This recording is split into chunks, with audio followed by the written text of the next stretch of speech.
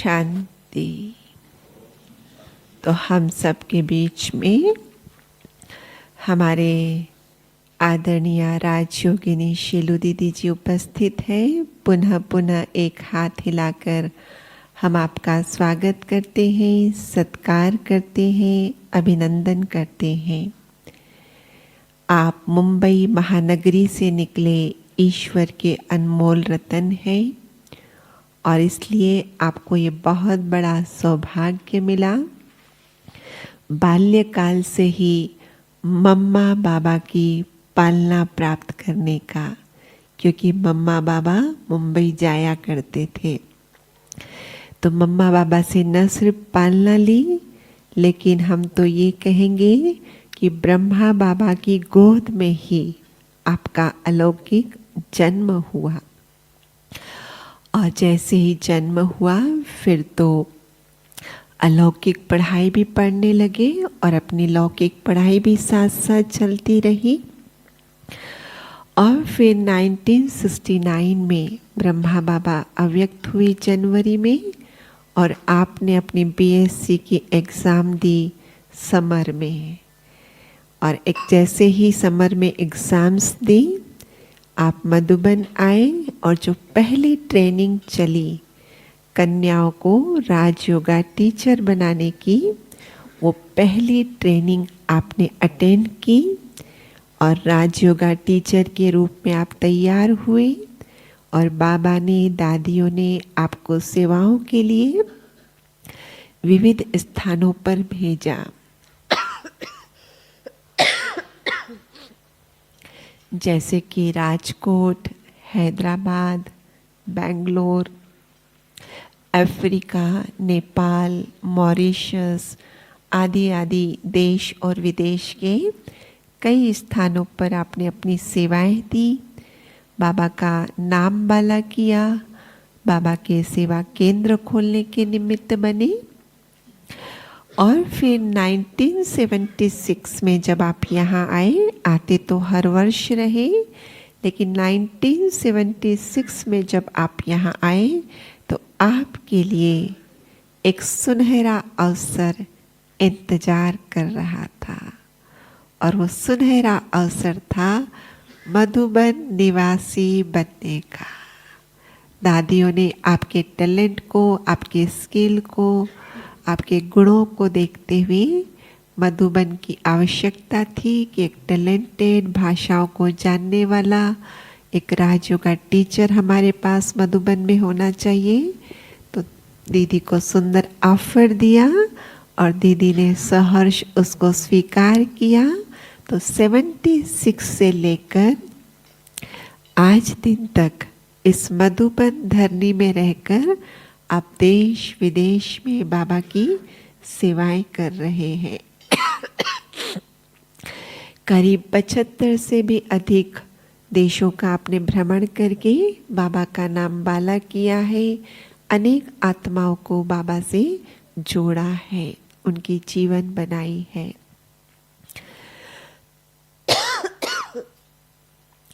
वर्तमान में आप राजयोग शिविर के डायरेक्टर हैं, एजुकेशन विंग के वाइस चेयरपर्सन हैं और मधुबन में होने वाली भट्टियों के कोऑर्डिनेटर हैं। और जो हमारे विदेशी भाई बहनों के प्रोग्राम होते हैं वो भी आप कोऑर्डिनेट करते हैं।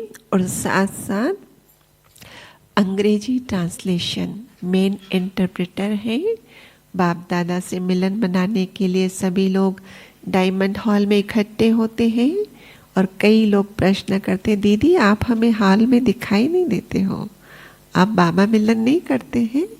लेकिन दीदी भी बाबा मिलन करते हैं, लेकिन ट्रांसलेशन केबिन में बैठकर। बाबा की मुरली चल रही होती है हिंदी में और दीदी उसी समय उसको इंग्लिश में ट्रांसलेट कर रहे होते हैं। और उस ट्रांसलेशन को सुनकर फिर विविध भाषाओं में ट्रांसलेशन होता है। और इस प्रकार से देश विदेश में जो बाबा के बच्चे हैं बाबा की मुरली को सुन पाते हैं। बाबा को दीदी ने बहुत सुंदर सुंदर वरदानों से सजाया है, जिसमें से एक दो का उल्लेख करूंगी। आपके जीवा पर विद्या की देवी सरस्वती सदा विराजमान रहेगी। और दूसरा वरदान है, आप हर की पौड़ी की गंगा है। गंगा अपने आप में महत्वपूर्ण है, लेकिन उसमें हर की पौड़ी का अपना ही महत्व है। तो ऐसे सुंदर वरदानों से बाबा ने आपको सजाया है। न सिर्फ वरदानों से, लेकिन आपके जीवन में गुणों की त्रिवेणी भी सदा बहती रहती है।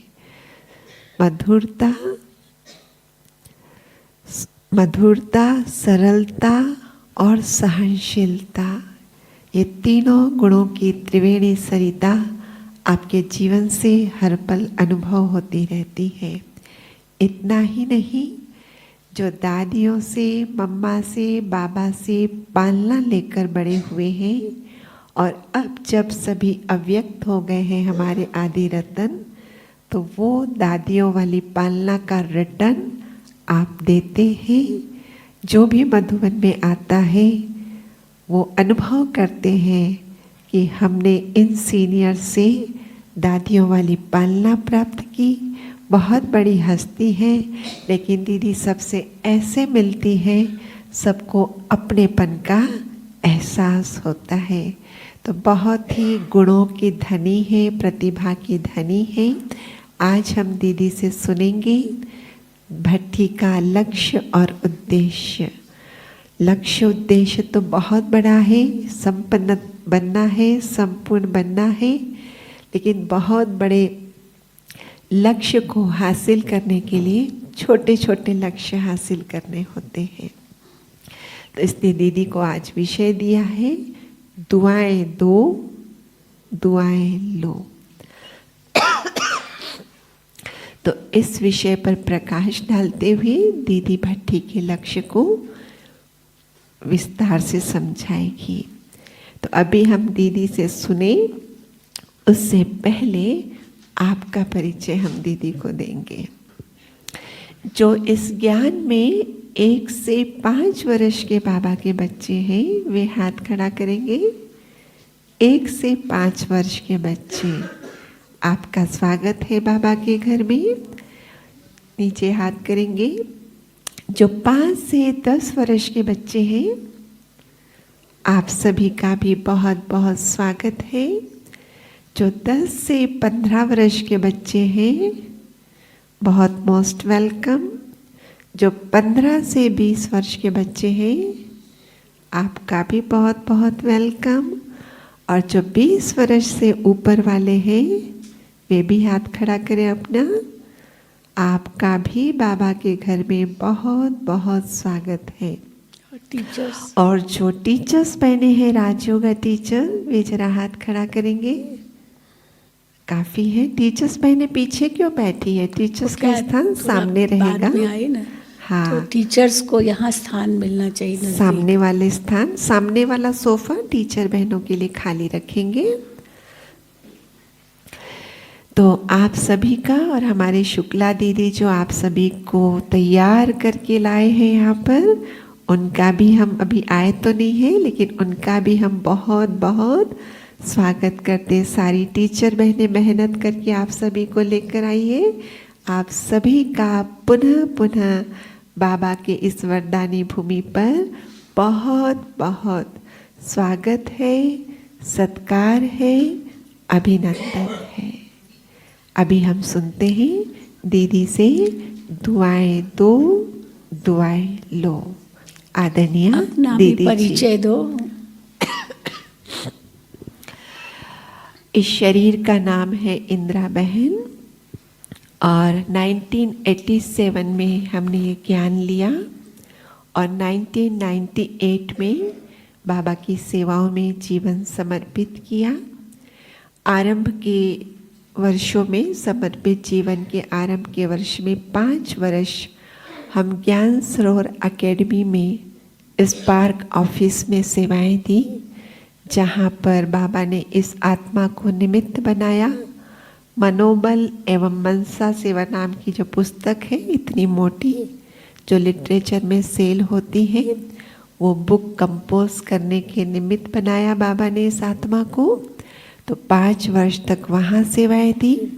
और चूंकि हम नागपुर सब जोन को बिलोंग करते हैं, तो बाबा ने वहाँ रहने का भी चांस दिया।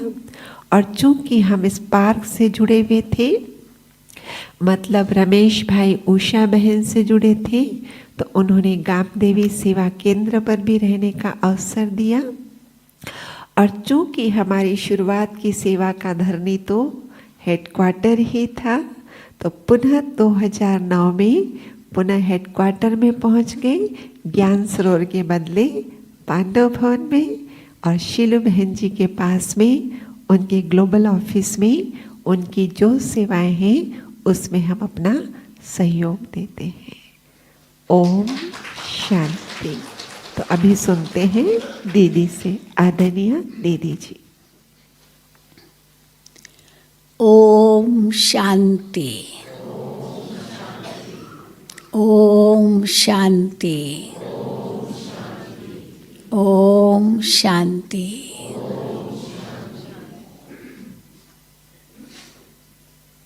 परम प्यारे शिव बाबा, ब्रह्मा बाबा, मम्मा, सर्व दादियाँ, सर्व वरिष्ठ भाई बहनों की ओर से तथा हमारी ओर से भी मधुबन, तपोभूमि, वरदान भूमि, परिवर्तन भूमि, ब्रह्मा बाप माँ की कर्म भूमि, ऐसे महान स्थान पर हरिनगर और उसके कनेक्शन में सेवा केंद्रों के भाई बहने आप पधारे हैं, तो इन सब की तरफ से आप सबका बहुत बहुत बहुत स्वागत है, स्वागत है, स्वागत है। अपने लिए ताली बजाओ ज़रूर, क्यों नहीं।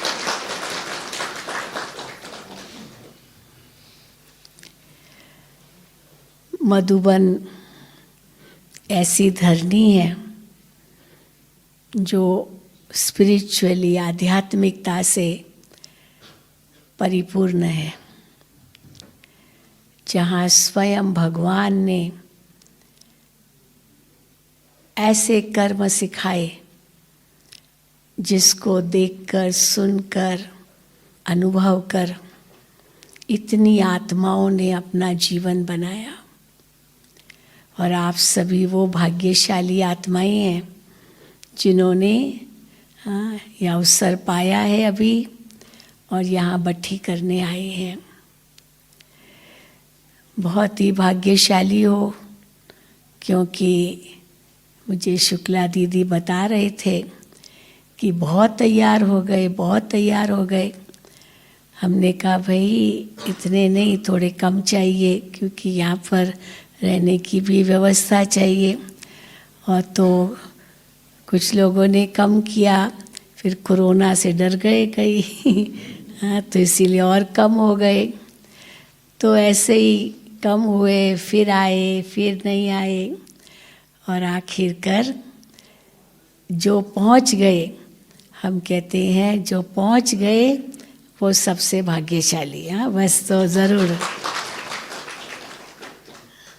क्योंकि ऐसे तो होता ही है, किसको रिजर्वेशन नहीं मिलती, अगर मिली भी तो ऐन मौके पर कोई कारण बन गया, नहीं आ सके, तो उनकी जगह दूसरे आ गए। जिनका कोई प्रोग्राम नहीं था वो पहुंच गए, और जिनका पूरा प्रोग्राम पक्का था वो रह गए। ऐसे भी होता है। तो इसीलिए हम कहते हैं कि जो पहुंच गए वो बहुत बहुत भाग्यशाली। और अगले 3 दिन, पूरे 3 दिन, मंगल, बुध, गुरुवार, ये 3 दिन आप पूरा समय भट्ठी में पकेंगे। भट्ठी किस लिए होती है? भट्ठी में पकते हैं ना, कई चीज़ें पकती है अग्नि में। अग्नि का काम क्या होता है? परिवर्तन करना। तो इस योग भट्ठी में जो पकते हैं वो यहाँ से परिवर्तित होकर के जाते हैं। लेकिन इस परिवर्तन के लिए अच्छी तरह से पकना होगा। तो कैसे पकेंगे? पहले तो लक्ष्य हमारा बहुत अच्छी तरह बुद्धि में हो। आप सबको बैज मिला और बैज पर क्या लिखा है? योग तपस्या बट्ठी संपन्नता की ओर। तो संपन्नता की ओर चलने के लिए ये तपस्या है। तो उद्देश्य तो बहुत ऊंचा है। बाबा ने हमको बहुत ऊंचा उद्देश्य दिया है। मनुष्य से देवता बनना है, ये तो उद्देश्य है। और उस देवता में भी लक्ष्मी नारायण का पद पाना है। लेकिन मनुष्य से देवता बनने के काल में, मध्यकाल उनके बीच में बहुत कदम है। देवता बनने के लिए पहले तो घर जाना होगा, परम धाम जाना होगा। और परम धाम जाने के लिए हमें संपन्न बनना होगा, संपूर्ण बनना होगा। और उसके लिए कई कदम हैं, कई छोटे छोटे लक्ष्य है, जैसे बताया। तो अभी तो हम क्या कहेंगे? हम कौन हैं? ब्राह्मण हैं। ब्रह्मा की मुख वंशावली, परमात्मा की पहली रचना। वैसे ब्रह्मा को कहते हैं ग्रेट ग्रेट ग्रैंडफादर, आदि पिता। परंतु ग्रेट ग्रेट ग्रैंडफादर क्यों कहते हैं? क्योंकि पहला जन्म और अंतिम जन्म 84वां, इसीलिए आदि पिता है वो। 84 पिताएं बीच में मिले हैं। लेकिन हम बच्चे इतने फखुर से, नशे से कहते हैं कि ब्रह्मा हमारा डायरेक्ट पिता है। हमने ब्रह्मा मुख से जन्म लिया है। ब्रह्मा मुख से जन्म लेकर हम सच्चे सच्चे ब्राह्मण बने हैं। और हम ब्राह्मण ही फरिश्ता बनेंगे, संपन्न और संपूर्ण बन करके, बाप समान बन करके और फरिश्ता बनकर घर लौटेंगे बाप बाबा के साथ। और फिर नई दुनिया में आएंगे। तो बहुत लंबी यात्रा है। लेकिन इस यात्रा में हम अपनी तैयारी कैसे करें? उसके लिए बाबा हम बच्चों को मुरलियों में बहुत युक्तियाँ बताते हैं। कल भी बाबा ने कहा तीव्र पुरुषार्थ कैसे करो, तो परसों थी मुरली। क्योंकि जब तक तीव्र पुरुषार्थ नहीं होगा तब तक हम संपन्न संपूर्ण कैसे बनेंगे? और समय कम है, मंजिल अभी दूर है, तो रफ्तार को तो बढ़ाना ही होगा, कदम तेज चलना ही होगा। इसलिए कई पूछते हैं बहन जी हम तीव्र पुरुषार्थी कैसे बने? तो बाबा तो भिन्न भिन्न युक्तियाँ बताते हैं। तो जो बाबा की श्रीमत हमें मिलती है, उस श्रीमत पर अगर हम चलते रहें तो तीव्र पुरुषार्थी अवश्य बनेंगे। और हमारी लड़ाई माया से है, तो माया पर जीत पानी है। हम माया को अवश्य हराएंगे और विजयी रत्न बन करके, संपन्न संपूर्ण बन करके बाबा के साथ घर लौटेंगे और फिर नई दुनिया में ऊंच पद पाने आएंगे। लेकिन आज का जो हमारा विषय है, उसके लिए दुआएं बहुत जमा करनी होगी। क्योंकि हमारे ऊपर 63 जन्मों का पापों का बोझा है। एक जन्म का बोझ नहीं है। किसी पर एक जन्म का ही कर्जा होता है तो भी कितना बोझ लगता है कि मेरे ऊपर कर्जा है, कर्जा है, कर्जा है, मैं कैसे चुकता करूँगा। तो उस कर्जे के बोझ के कारण कितना दुखी रहता है। और बाबा कहते हैं तुम्हारे ऊपर तो 63 जन्मों का कर्जा है, क्योंकि एक जन्म के पाप की बात नहीं है, 63 जन्मों से हम कितना पाप करते आए हैं, विकारों के वश होकर आए हैं। और विकारों के वश जो भी कर्म किया वो सब पाप के खाते में गया। और विकारों का कारण क्या है? देह अभिमान। तो द्वापर युग से जैसे देह अभिमानी बने, एक एक विकार के वश होते गए और परिणाम स्वरूप हम पाप आत्मा बन गए। तो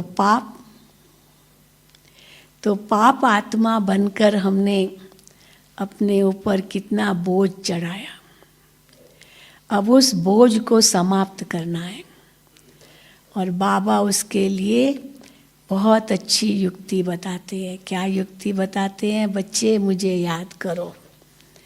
ये सबसे सहज उपाय है, ये प्यार का तरीका है, प्यार का रास्ता है उस बोझ को कम करने के लिए।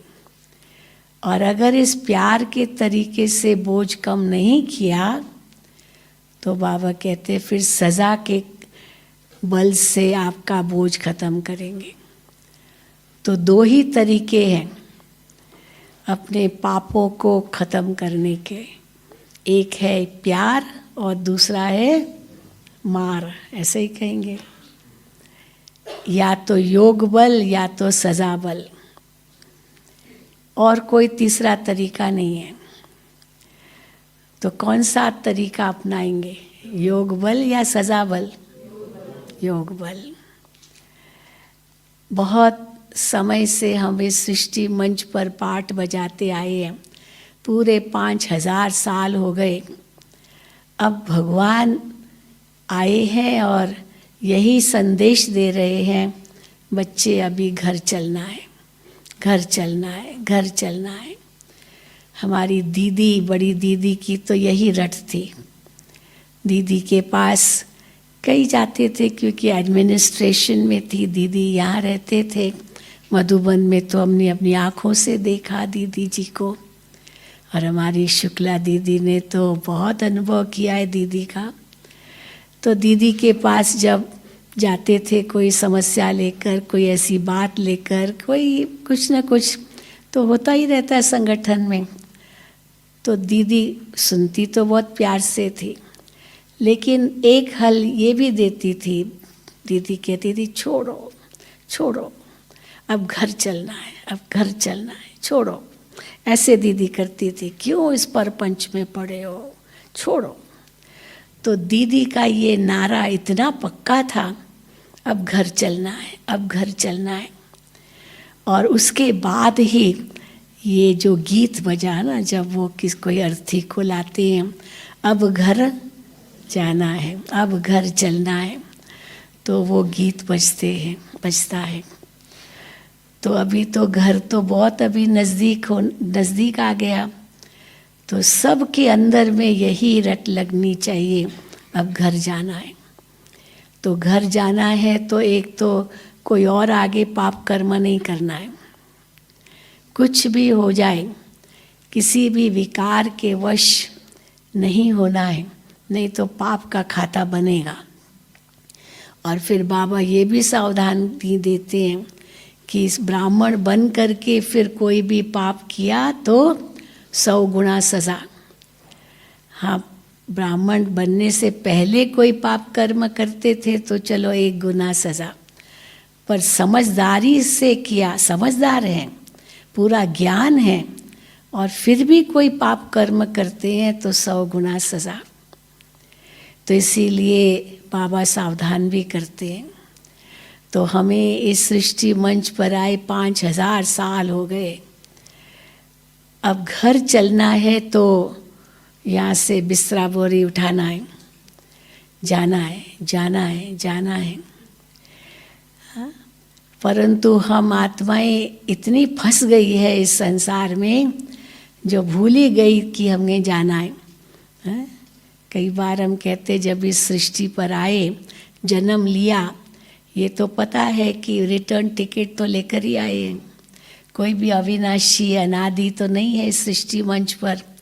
जिसने शरीर धारण किया है उसको एक दिन जाना ही है, मरना ही है। ये तो हो नहीं सकता है कि शरीर में अमर हो जाए, वो कोई भी नहीं हुआ। तो इसीलिए जबकि जाना ही है और अभी समय भी इतना नज़दीक है, तो सबसे पहली बात तो कोई भी आगे पाप कर्म नहीं करना है, किसी भी विकार के वश नहीं होना है। तो आगे का तो बनाना ही नहीं है, लेकिन और इनसे महत्व की बात है जो इतना 63 जन्मों का हिसाब किताब है, उसको भी चुकतू करना है।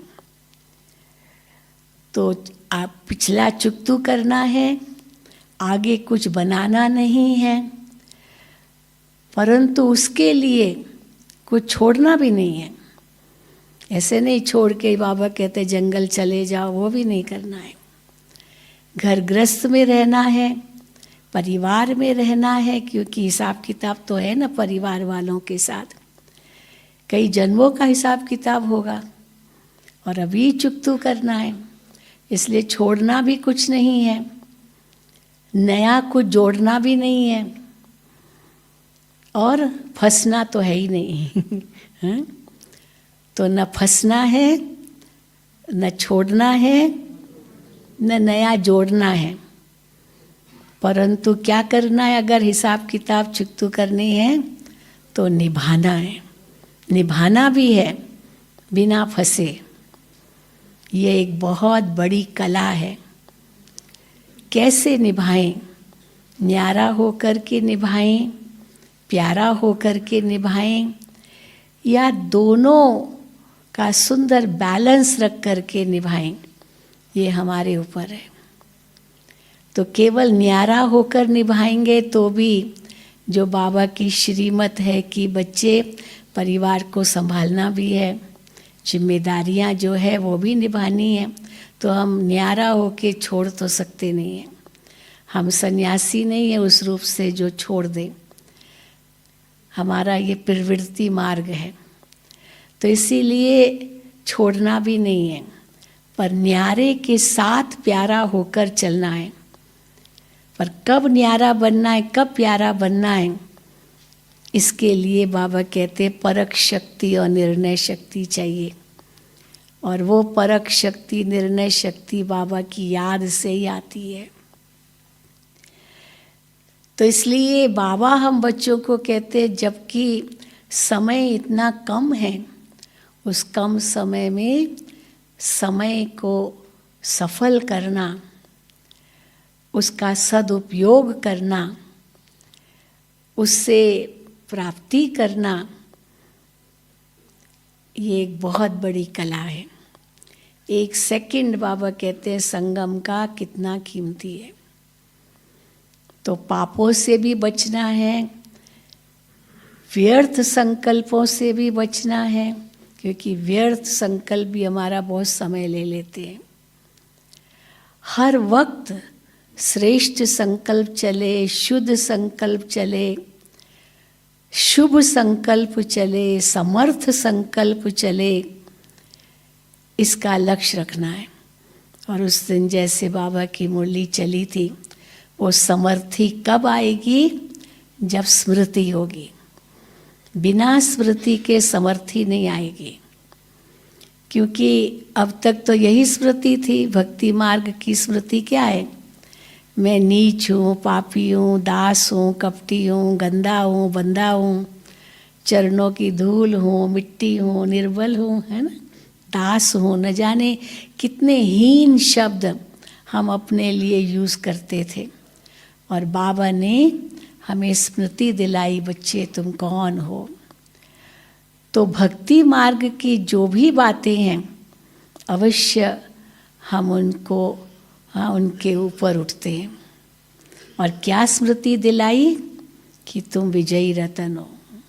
हर मुरली में बाबा हमें जो स्लोगन देते हैं या जो टाइटल देते हैं, ये वो स्मृति के सूचक हैं। एक स्मृति भी अगर दिन भर में बुद्धि में रखी तो उसकी शक्ति हम आत्मा प्राप्त कर सकते हैं। तो इसीलिए बाबा कहते हैं स्मृति से समर्थि आती है, और वो स्मृति जैसे ही आई तो जो हमारी भक्ति मार्ग में जो हमारी स्थिति थी, इतनी हीनता की भावना अपने प्रति थी, वो खत्म हो जाती। आज भी बाबा की मुरली चली, भगवान से रहम मांगते। क्या क्या मांगते आए थे भक्ति मार्ग में? रहम करो, कृपा करो, शक्ति दो, ये करो, ये करो, ये करो, या तो ये दो या तो ये करो। भगवान से मांगते थे। भगवान बच्चा दो, धन दो, नौकरी दो, मकान दो, न जाने क्या क्या मांगते थे भगवान से। चलो वो नहीं तो शांति दो, शक्ति दो, दया करो, रहम करो। चलो वो न सही, फिर तीसरी चीज़ माफ़ करो, क्षमा करो। तो ये करते थे। तो मांगना ही था। अब भगवान ने आकर के हमारा मांगना बंद कर दिया, और क्या कहा? मांगने से तो मरना भला। कितना ये नशा है। भगवान से हम क्यों मांगे? वो तो दाता बन के हमें दे रहा है। इसलिए मांगना तो बंद हो ही गया, और वो दाता से हम अधिकार से ले रहे हैं। कोई कमी नहीं बाबा ने रखी है, जिसके कारण हम महसूस कर रहे हैं हम इतने अंदर में संतुष्ट हैं, भरपूर हैं। दुनिया में तो अंदर खाली खाली है। कई बार हम कहते हैं ना कि अंदर झांको। भक्ति मार्ग में भी कहते हैं आपको शांति चाहिए, खुशी चाहिए, अंदर जाओ, अंदर जाओ, अंदर जाओ। अच्छा चलो अंदर जाओ, तो किसके अंदर जाओ? तो पता ही नहीं कि मैं आत्मा हूँ, क्योंकि आत्मा के अंदर जाना होता है। तो शरीर के अंदर जाने की तो बात ही नहीं है। तो अंदर कैसे जाएं? अब हमें पता चला अंदर कैसे जाना होता है, आत्मिक स्थिति द्वारा। और महसूस करते कि वो तो मेरे पास ही है, मुझे कहीं से मांगनी तो है नहीं। तो जब मांगनी नहीं है, मेरे पास है, तो हम क्यों मांगे? वो तो मेरा ही अधिकार है। तो ये जब बुद्धि में आता है तो हमारी दृष्टि बदल जाती है, वृत्ति बदल जाती है। बाबा ने कहा ना, स्मृति बदलने से वृत्ति बदल गई, दृष्टि बदल गई, कृति बदल गई, तो ऑटोमेटिकली सारी सृष्टि बदल गई हमारे लिए। तो वो जब हमारी स्थिति बनती है तो ऑटोमेटिकली सारा जीवन ही बदल जाता है। और जब जीवन बदल जाता है तो हर बात में दृष्टिकोण हमारा पूरा बदल जाता है। इसीलिए बाबा हम बच्चों को इतना ऊंचा लक्ष्य देते हैं, पर हम अभी तक कहाँ तक खड़े उतरे उस लक्ष्य मुताबिक वो अपने आप को देखें। तो उसके लिए आज का जो विषय है, दुआएं दो और दुआएं लो। हमारी बड़ी दादी जी, दादी प्रकाश मणि सदा कहती थी, दादी से पूछते थे, दादी जी आप क्या पुरुषार्थ करते हो? क्योंकि कई कहते हैं ना बहुत मेहनत है, बहुत मेहनत है, बहुत मेहनत है। बाबा भी कहते हैं मेहनत है, माया पछाड़ती है, मेहनत है, याद करने नहीं देती है। पर दादी जी से जब हम पूछते, दादी आप क्या पुरुषार्थ करते हो? दादी कहती थी, मैं तो दुआओं से चलती हूँ, बस सबकी दुआओं से चलती हूँ। तो सबकी दुआओं से चलती हो माना कोई मेहनत नहीं। मेहनत तो अपने पुरुषार्थ से होती है, और दुआओं से चलना माना बिना मेहनत, क्योंकि मोहब्बत से चलते हैं तो प्रभु प्रिय भी हो गए, लोकप्रिय भी हो गए, और स्वप्रिय भी हो गए। सबकी दुआएं दादी को मिलती थी, और दादी जी सबको दुआएं देती थी, जो अनुभव हमने किया। पर किसको कहते हैं दुआएं देना, दुआएं लेना? एक तो है कि भाई किसी से बद्दुआ न मिले। एक होता है ना, जो बाबा कई बार कहते हैं, भाई किसी को दुख मत दो, तो दुख मत दो और दुख मत लो, तो न दुख दो न दुख लो। पर दूसरा होता है सुख दो और सुख लो। तो लक्ष्य ये नहीं है कि दुख नहीं देना है, पर लक्ष्य है कि सुख देना है, इसलिए उसमें भले दो, आप देते जाओ। उस दिन भी 2 तारीख थी ना, तो 2 2 2 2 2 5 बार 2 आया था। 2 तारीख, 2 महीना और 2022, तो 5 बार 2 2 शब्द आया। तो इसीलिए देना है, देना है, तो देना है, सुख देना है। तो सुख देना है तो सुख अपने आप मिलेगा। न हम सुख मांगते हैं, न हम दुख देते हैं। तो ये दोनों बातें नहीं हैं, क्योंकि जो देंगे वही मिलेगा। ये कर्म फिलॉसफी है ना, जानते हैं ना इस कर्म फिलॉसफी को। तो अगर सुख देंगे तो सुख मिलेगा। तुम एक हाथ से दो तो दूसरे हाथ से मिले। त्याग से भाग्य बनता है ना। कई लोग आते हैं, शिविर में भी आते रहे, तो हम लोगों को कहते थे, बाबा ने भी उस दिन मुरली में कहा, लोग कहते हैं आप लोगों का बहुत त्याग है, बहुत त्याग है। तो हम कहते क्या त्याग है? सफ़ेद कपड़े पहने, ये तो बहुत अच्छी बात है। हमको 4 साड़ी भी होगी तो भी परेशान नहीं होंगे, 4 साड़ी है। लोगों को कितनी, यहाँ माताओं को कितनी साड़ी चाहिए, और हम 4 साड़ी कल वाली आज पहन ली, मान लो, किसको क्या पता चलेगा। लेकिन अगर रंगीन कपड़ों वाले वही कपड़ा दूसरे दिन पहना तो कहेंगे ये क्या आपने, आपको बस एक ही है क्या आपकी ड्रेस, क्योंकि पता है कल भी यही पहनी थी। तो इसीलिए रोज़ बदलना पड़ता है। कई लोग तो सारे दिन में कितना बदलते रहते हैं। और बाबा ने तो हमें सिखाया सिंपल लिविंग, हाई थिंकिंग। और दूसरा सफ़ेद में तो कितना सुख है, कितनी पवित्रता है। एंजल्स लगते हैं। तो मुझे याद आया जब बाबा की मुरली उस दिन सुनी कि लोग कहेंगे ये तो फरिश्ता है। तो सचमुच हम अमेरिका गए थे, वॉशिंगटन गए थे। तो वॉशिंगटन में वहाँ पर अपना बहुत बढ़िया, बहुत सुंदर सेंटर है बाबा का। तो हम बहनें वहाँ तो सफ़ेद साड़ी में टहल रहे थे, सवेरे मॉर्निंग वॉक करने गए थे। तो उस समय वहाँ बगीचे में बुज़ुर्ग लोग बहुत घूम रहे थे। अमेरिका में बुज़ुर्ग आते थे मॉर्निंग वॉक करने के लिए। तो हम जैसे बिल्कुल साइलेंस में बाबा की याद में बगीचे में टहल रहे थे। तो एक बुज़ुर्ग युगल वो बेंच पर बैठे थे और वो हम लोगों को ताक रहे थे, जैसे देख रहे थे। और एक ने दूसरे को कहा, look at this angels, they are so beautiful. ये एंजल्स को देखो, ये कितने सुंदर हैं। तो देखो, हमने उसी समय वो याद किया, ये हमको एंजल्स के रूप में देख रहे हैं, क्योंकि पश्चिमी दुनिया में एंजल्स को बहुत मानते हैं। वहाँ तो हर बिल्डिंग में, यूरोप में आप जाएंगे, अमेरिका में जाएंगे, वहाँ बिल्डिंग्स के ऊपर एंजल्स दिखाते हैं, फरिश्ते पर ये पंखों वाले। तो एंजल्स को बहुत मानते हैं। तो इसीलिए लुक एट दीज एंजल्स। तो बाबा ने भी उस दिन कहा कि सफ़ेद वस्त्रों में जैसे फरिश्ते लगते हैं, परियां लगते हुए। और फरिश्ते जो दिखाते हैं ना, हमेशा सफ़ेद वस्त्रों में दिखाते हैं, रंगीन कपड़ों में नहीं दिखाते हैं। सफ़ेद पंख तो दिखाते, लेकिन सफ़ेद। और वहाँ पर बड़े बड़े पोस्टर्स भी है, कई देशों में हमने देखे। तो कहने का भाव है, तो हमने क्या त्याग किया?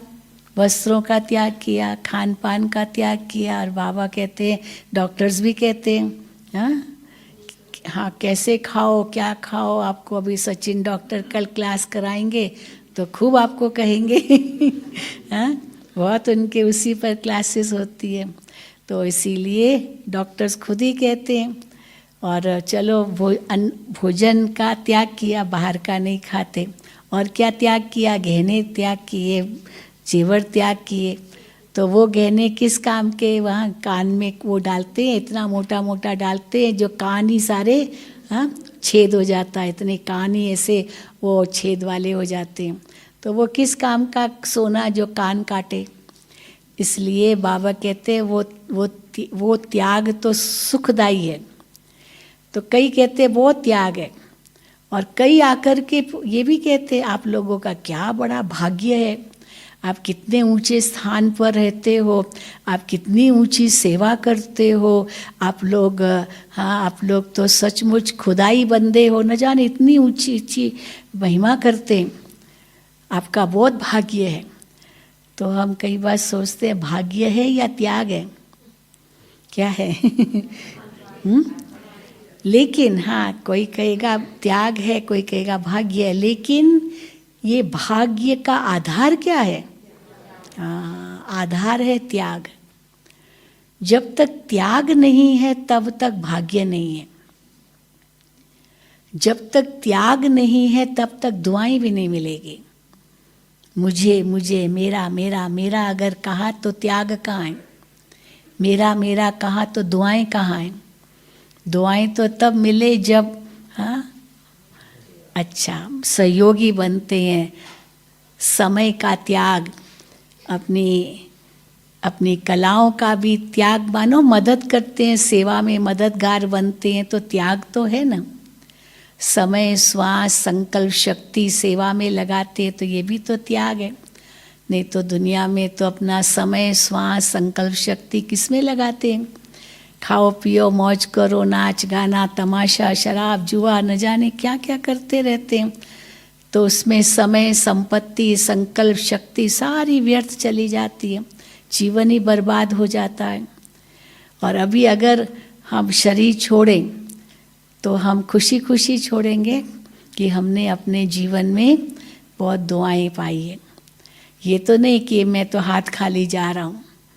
दुनिया में तो जाएंगे तो हाथ खाली जाएंगे, क्योंकि कुछ भी आध्यात्मिक कमाई तो की नहीं, और बाकी जो कमाई की वो तो यहीं रह जाएगी। लेकिन अगर हम जाएंगे तो खुशी खुशी जाएंगे।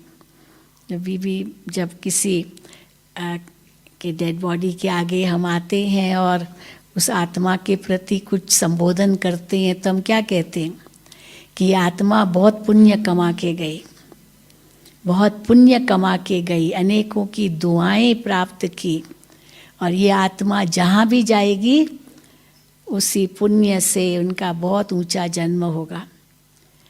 लेकिन जिसने कोई दुआएं कमाई नहीं, बद्दुआएं ही ली, तो उसके लिए क्या कहा जाता है? हाँ?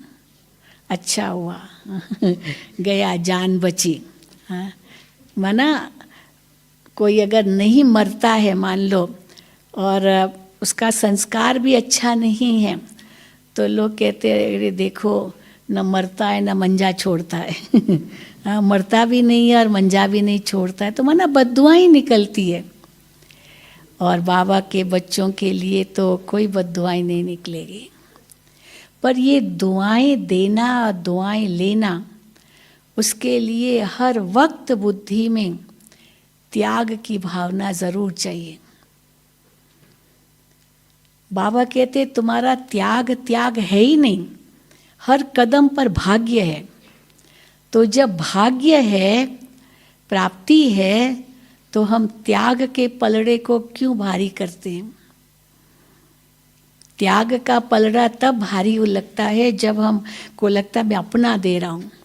हम अपना क्या दे रहे हैं? इसीलिए बाबा कहते हैं मेरा मेरा को चेंज करके क्या करो? तेरा तेरा करो। गुरु नानक के लिए कहते हैं ना, जब तेरा आया तो क्या किया? तेरा तेरा तेरा तेरा, मैं हो गया तेरा, बस। तो जब ये तेरा की भावना आएगी तो सचमुच हम दुआएं देने के सच्चे पात्र बन जाएंगे। आज बाबा ने वरदान में क्या कहा? दुआएं ये रॉकेट का काम करेगी। रॉकेट क्या करता है? सीधा ऊपर जाता है, कितने फोर्स से ऊपर जाता है। चाहे कोई भी विघ्न आए, वो विघ्न उसके बीच में विघ्न नहीं बनता है, सीधा ऊपर की तरफ जाता है। तो ये दुआएं रॉकेट का काम कैसे करती है? जैसे ही हमने किसी की भी सेवा की, हाल पहले तो वो सेवा नहीं है, ये भाग्य है, ये समझ करके हम करते हैं। कुछ चाहिए इनसे ये संकल्प नहीं है, क्योंकि सेवा माना कुछ चाहिए नहीं। अगर चाहिए है तो स्वार्थ है, वो सेवा नहीं है। या तो स्वार्थ है या तो सेवा है, दोनों साथ साथ नहीं चल सकता है। अगर बुद्धि में स्वार्थ है तो सेवा नहीं है, ये समझ लेना है। तो इसीलिए मुझे चाहिए कुछ रिटर्न में, ये तो कभी सोचना ही नहीं। इसलिए जब बुद्धि में आता है मुझे देना है, तो ऑटोमेटिकली हमारी बुद्धि इतनी हल्की हो जाती है।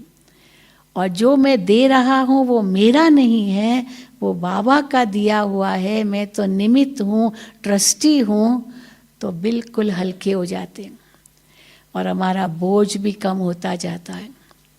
इसीलिए बाबा क्या कहते हैं, मैं की बजाय मैं कहो। मैं कहने की आदत तो पड़ी हुई है, पर क्या कहो, मैं आत्मा। क्योंकि मैं आत्मा हूँ ये समझा तो दुआएं दे सकेंगे। मैं शरीर हूँ तो शरीर को तो बहुत कुछ चाहिए, शरीर की तो बहुत आवश्यकताएं हैं, न जाने कितनी आवश्यकताएं हैं शरीर की। भले आवश्यकता कोई कहीं नहीं भी है, मानते बहुत क्या आवश्यकताएं हैं, लेकिन इच्छाएं तो अनगिनत है। तो जैसे हम अपने को देह समझते हैं तो अनगिनत इच्छाएं उत्पन्न होती है। इसलिए बाबा ने पहले से इस बात को काट दिया कि तुम देह हो ही नहीं, तुम आत्मा हो। और यही आत्मा का पाठ, पहला पाठ भी है और अंतिम पाठ भी होगा। अंतिम पाठ कैसा होगा, अंतिम पेपर जो उस दिन बाबा ने कहा, अंतिम पेपर का एक ही प्रश्न होगा और वो भी ऑब्जेक्टिव क्वेश्चन होगा। ऑब्जेक्टिव क्वेश्चन, हाँ ना में जवाब, बस हाँ या ना। और वो एक ही प्रश्न होगा कि अंत के समय हमारी स्थिति कैसी थी, अशरीरी स्थिति थी, देही अभिमानी स्थिति थी, या किसी में मोह फंसा हुआ था, किसी देहधारी की याद थी। इसलिए बाबा ने क्या कहा, अंतिम पेपर कौन सा होगा, नष्टो मोहा स्मृति लब्धा। यही गीता का सार है। तो जब ये हमको बुद्धि में आ जाता है कि नष्टो मोहा स्मृति लब्धा, यही हमारा वास्तविक स्वरूप है, तो मैं इस शरीर के भान से हम परे हो जाते हैं। इसलिए मैं आत्मा, और जहाँ मेरा मेरा मेरा है तो वहाँ मेरा बाबा। क्योंकि ये मैं और मेरा, बाबा कहते यही पाप के द्वार हैं, पाप के द्वार हैं। कोई कहे ना, हमको कैसे पता चले कि ये मैं पाप कर रहा हूँ या पुण्य कर रहा हूँ, कैसे पता चले, क्या कसौटी है? तो क्या उसके लिए मापदंड है, पाप है या पुण्य है? क्योंकि कई समझते हैं ना कि पाप या पुण्य ये तुरंत पता नहीं चलता है। किसी के लिए वही कर्म पाप होगा, किसके लिए वही कर्म पुण्य होगा ना, वह है। ऐसे नहीं कि नहीं है, क्योंकि कई ऐसे प्रसंग आते हैं। परंतु जो सही कसौटी है वहाँ है मैं और मेरा, मैं और मेरा। जहाँ अभिमानवश मैं आया वो पाप के खाते में जाएगा, जहाँ मोहवश मेरा आया वो भी पाप के खाते में जाएगा। इसीलिए बाबा कहते हैं मैं आत्मा मेरा बाबा। तो बाबा को बीच में लाया तो पाप का खाता नहीं बनेगा, क्योंकि ये मेरा नहीं है, बाबा का है।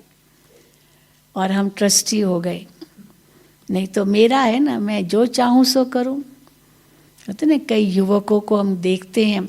एक बार एक युवक था, मैंने उसको देखा, इतना सिगरेट पी रहा था, इतना सिगरेट पी रहा था, शराब, मतलब बहुत कुछ। तो मैंने कहा भाई आप इतना सिगरेट पी रहे हो, ये सब करे, क्यों अपने स्वास्थ्य को बिगाड़ रहे हो, ऐसे क्यों कर रहे हो?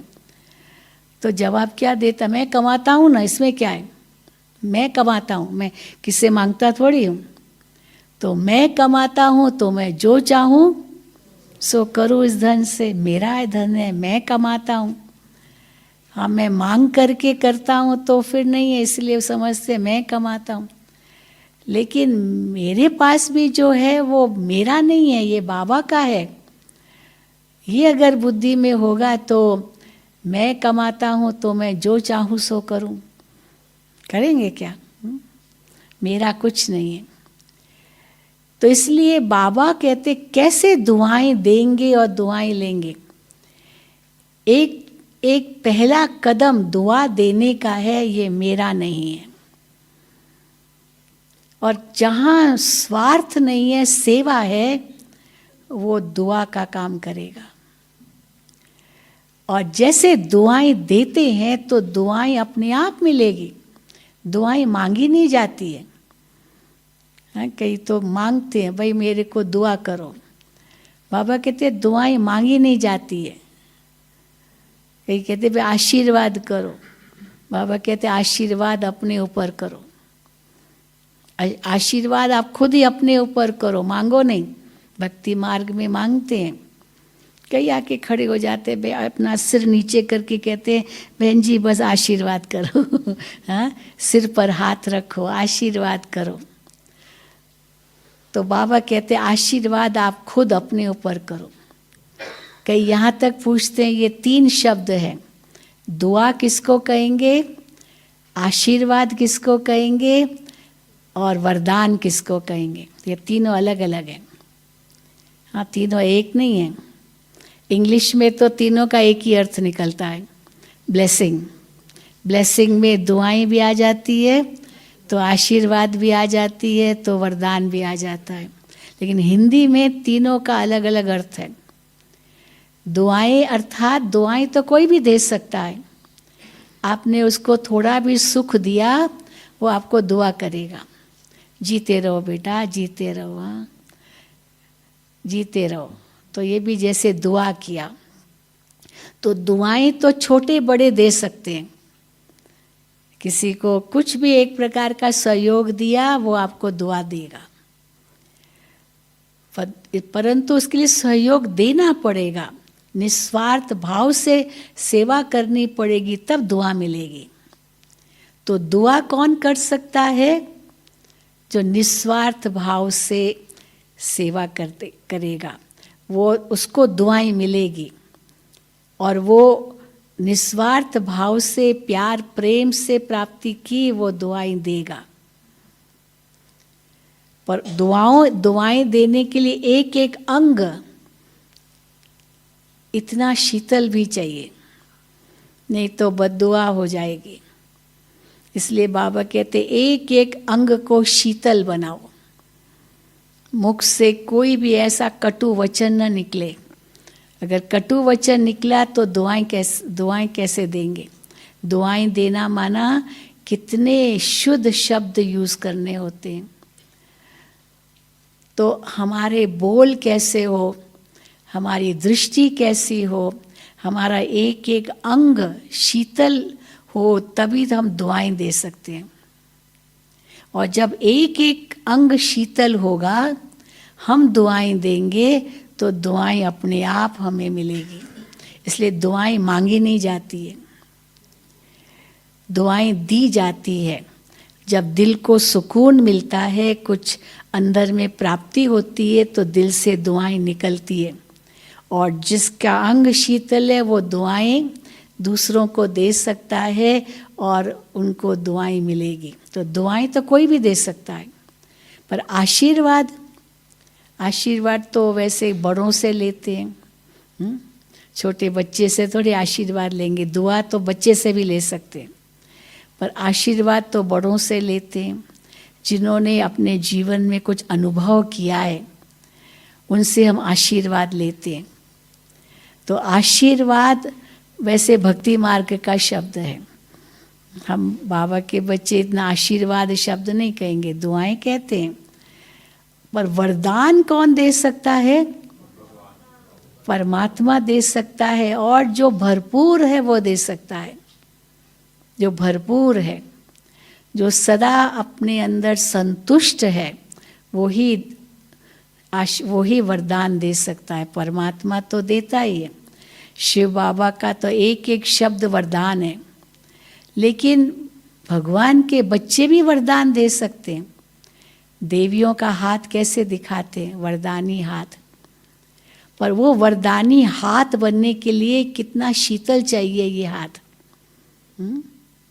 अब ये हाथ किसको वरदान भी दे सकता है और ये हाथ किसी को थप्पड़ भी मार सकता है। हाँ? तो थप्पड़ मारेंगे तो वो आपको दुआ देगा क्या? वो आपको बद्दुआ ही देगा। आपने एक थप्पड़ मारा, वो आपको 2 मारेगा। फिर आप 4 मारोगे तो 8 मारेगा। हाँ? फिर क्या होगा? कहाँ पहुँचेगा ये झगड़ा? तो इसीलिए बाबा कहते तुम्हारा अंग शीतल होना चाहिए। कोई क्रोध कर रहा है, निकल हट जाओ वहाँ से, तुम क्रोध मत करो। वो जो कर रहा है उसका अपना कर्म बना रहा है, तुम पाप कर्म मत करो, क्रोध मत करो। तो आंखें भी शीतल हो, मुख भी शीतल हो, लोभ लालच न हो। खाऊं खाऊं खाऊं, बाबा कहते खाऊं खाऊं तेरे पेट में बलाऊं। कीड़े पड़ते हैं ना, पेट में कीड़े होते हैं तो क्या होता है, बहुत भूख लगती है, वो कीड़े ही खा जाते हैं। तो इसीलिए खास करके वो कीड़ों की दवाई देते हैं ताकि कीड़े निकले, नहीं तो सारा दिन बस खाऊं खाऊं खाऊं यही बुद्धि में रहता है। तो बाबा कहते हैं ये एक एक आपकी इंद्री शीतल होनी चाहिए, तब आपको दुआएं मिलेगी, तब आप आशीर्वाद दे सकेंगे, तब आप वरदानी मूर्त बन सकेंगे। ये दृष्टि भी इतनी शीतल हो है तो ये आँखें, वैसे भी देखो आँखों के लिए क्या कहते हैं, ये आँखें अगर किसी गुरु की यानी दृष्टि गुरु की मुझ पर पड़ जाए तो क्या कहते हैं, हाँ गुरु की नज़र पड़ी और मैं निहाल हो गया। गुरु की दृष्टि पड़ी, मैं निहाल हो गई। तो किसकी दृष्टि पड़ती है तो निहाल हो जाते हैं, और किसकी दृष्टि पड़ी तो उसको बद्दुआ देते हैं, है ना। ट्रकों के पीछे लिखा रहता है, बुरी नज़र वाले तेरा मुंह काला। आंखें तो वही है, आँखों का तो काम ही देखना है, आंखें बंद तो नहीं करनी है। ये आंखें हैं तो जहान है, परंतु यही आंखें हैं जो किसको दुआ दे सकते हैं, किसी को दृष्टि दे करके उनको साक्षात्कार करा सकते हैं, और यही आंखें हैं जो बद्दुआ प्राप्त करने के कारण बन जाती है। तो इसलिए बाबा हम बच्चों को सदा यही कहते हैं, बच्चे दुआएं दो, दुआएं लो। हर कर्म दुआओं से भरा हुआ हो।